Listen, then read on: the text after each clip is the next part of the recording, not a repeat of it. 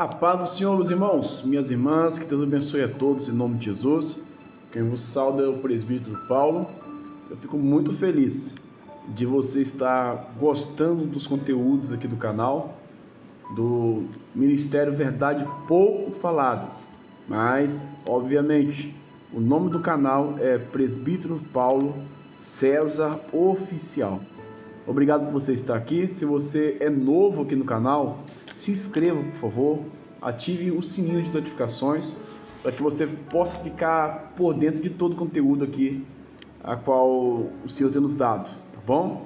E depois do vídeo assistido todo, por favor, deixe o seu comentário.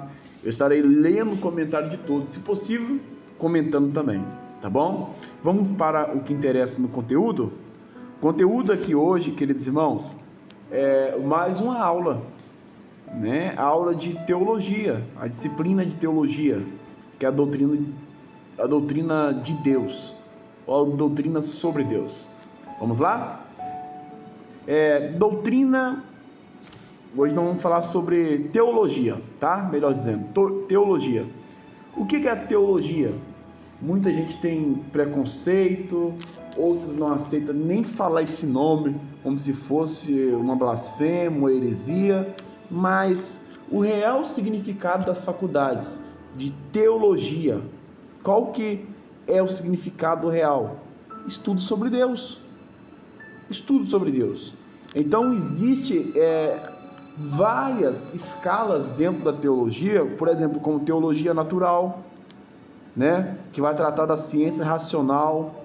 Tem a teologia própria, que vai tratar da Trindade, né, para aqueles que creem como eu, do Pai, do Filho e do Espírito Santo. A teologia é uma das que eu mais amo, sistemática, que vai tratar desde o começo da Bíblia sobre a revelação da criação, revelação divina em si. Teologia bíblica, essa teologia é também uma das mais primordiais. É lógico que todas são importantes. A teologia bíblica vai tratar, queridos irmãos, de tudo que está dentro da Bíblia. Então, se você lê a Bíblia e estuda a Bíblia, como eu, você automaticamente está fazendo teologia, que é tentar entender o que o próprio Deus revelou-se através das Escrituras. Glórias a Deus. Tem a teologia revelada, né? Irmãos, é muita coisa. A teologia sistemática, como eu disse, é a criação, a respeito da criação, a respeito do desenvolvimento do plano salvífico, etc. É muita coisa na teologia sistemática. Teologia bíblica estuda as verdades dentro da Bíblia. Teologia revelada, aí se trata de revelações de Deus e do universo, revelado nas Escrituras. Amém? Eu peço a vocês que posteriorem aqui, que o estudo vai ser um pouco longo, se qualquer coisa, se precisar, nós vamos fazer mais um vídeo, tá? Para não ficar um vídeo longo, mas eu peço para os irmãos já pegar uma caneta, já pegar um papel, para anotar, para aprender um pouco, né? Quando você anota, você grava mais rápido o estudo. E também, queridos irmãos, se tratando da teologia histórica, também é muito interessante, porque dentro da história, dentro da própria história, vemos sobre as verdades bíblicas, vemos sobre o testemunho de todos que viram, né? E testemunhos, por exemplo, dentro ainda da linhagem histórica aqui, nós estamos tratando, a arqueologia é uma das maiores provas, né, que a Bíblia, por exemplo, não é falsa. É uma teologia que nós vamos tratar da parte histórica. Teologia especulativa. Você já ouviu falar dessa teologia? Ela defende uma verdade, teologia no terreno abstrato e a parte de sua importância. Tem a teologia prática. Essa todo crente tem que ter. É a teologia que você vive na prática as verdades conhecidas. Tá bom? Teologia dogmática, aquela questão da prática aqui, João 8:32, conhecereis a verdade e ela vos libertará. Deixa a verdade libertar você de fato. Teologia dogmática doutrina, base de fé ou apologética. Tudo isso envolve a teologia dogmática, no que você crê, quais os seus fundamentos bíblicos para crer em tal crença. Uma posição apologética é a teologia dogmática. Todo cristão tem que ter uma teologia formada, tem que ter um conceito fundamentado, para que não venha cair ato de petição, tá bom? Teologia exegética, que trabalha, meus irmãos, nos originais do texto bíblico, tá bom? Essa é uma teologia que pega lá nos originais, né, pelo menos, ou nas cópias, e vai caminhando ali minuciosamente para tentar entender a revelação do texto no original, tá bom? Então, queridos irmãos, dentro da teologia, vamos tratar sobre a Trindade, o tríplice de 3 pessoas divinas, um único Deus, né? Essas 3 pessoas, elas é um único Deus somente, para aqueles que creem como eu, tá? Mas demonstra em todas as escrituras que elas têm um trabalhar claro, visível, mas o Pai é santo, o Filho é santo e o Espírito Santo é santo. O Pai é poderoso, o Espírito Santo é poderoso, Jesus também é poderoso. O Pai é eterno, Jesus é eterno e o Espírito Santo é muita coisa, mas engloba claramente que eles 3, as 3 pessoas, trabalham em um único propósito salvífico, tá bom? Mas nós cremos que é um só Deus, em 3 pessoas, tá? Glória a Deus. Credo, vamos falar agora sobre o credo atanásio. Diz sobre a crença de 3 pessoas em uma única essência. Existe, queridos irmãos, alguns grupos meio complicados, né? Que foram levantados, ao meu ver particularmente, pelo próprio nosso adversário, né? Existem demônios terríveis, anjos caídos, que incentivaram o homem a se afastar de Deus, das verdades bíblicas. Então existem pessoas, na verdade todos os seres humanos, todos, na história, até chegar nos nossos dias, eles adoraram alguma coisa. Adoraram uma pedra, o sol, a lua, a natureza, adoram deuses com D minúsculo. Então isso foi gerado, essa questão de adoração foi gerada dentro do ser humano. A questão é adorar o certo ou o errado, aí que é o agravante. E existe o grupo ateísmo, que é os ateus, aqueles que negam a existência de Deus, tá? E existe o politeísmo, culto de muitos deuses. Esse já embaraça tudo, né, irmãos? Eles não conseguem adorar só um Deus que vive e reina para todo sempre. Existe o grupo de panteísmo, tudo é Deus. Aí eles embolam tudo, né? Como muitos que não conhecem a verdade faz, né? Adoram imagem de escultura, né? Coloca como Deus vários tipos de santos, né? Existe aqueles que é como fossem índios, né? Adora a água, o sol, a natureza, etc. Tudo coloca como divindade. Isso é os panteísmo. Existe o deísmo, que crer que um Deus existe, mas que um Deus abandonou o mundo e deixou ser dominado pela lei natural.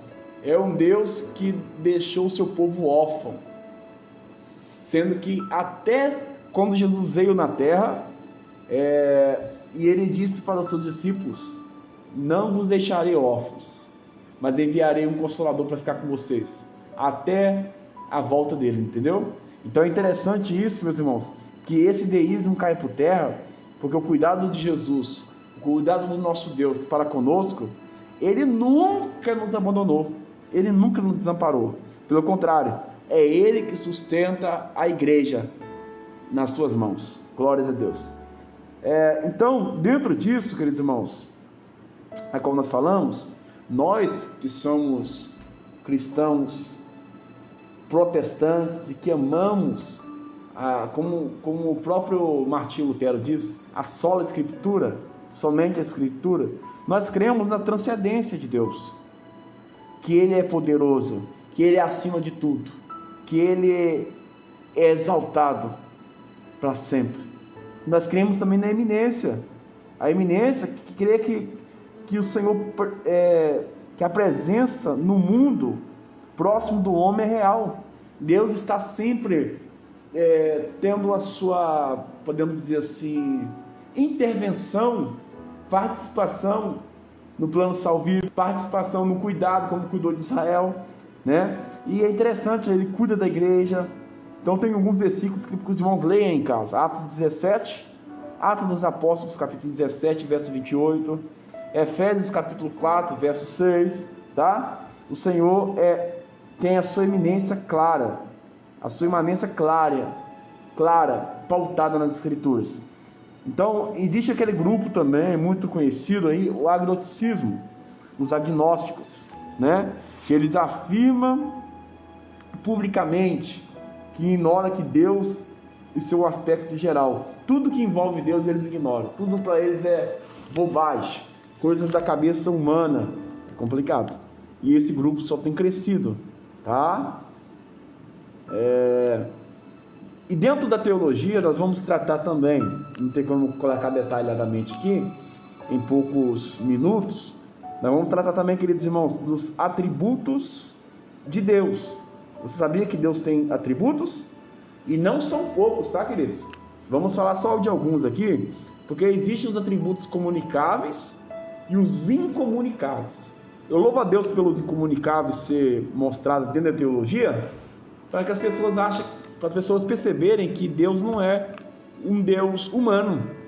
Deus não é um Deus pequeno, tá? Então, por exemplo, a onipresença de Deus, a qual Ele está presente em todos os lugares, é incomunicável. Só Deus que pode ter esse poder. A onipotência, o poder, a onisciência, contempla tudo, sabe da mente do homem, tá? A Bíblia diz que Ele conta até um fio de cabelo. Ele conta tudo. Então a onisciência dele é tremenda, tá? Ele está no céu e Ele está em todos os lugares, inclusive agora conversando, nos ouvindo, tá bom? E os atributos comunicáveis são muitos também. Nós poderíamos falar do amor, do cuidado, do zelo, tantos atributos maravilhosos, bondade. Então é maravilhoso, irmãos. A vida de Deus, a espiritualidade de Deus, a personalidade de Deus, tudo isso cabe nós aprendermos dentro da teologia. Então, queridos, estude teologia, busque,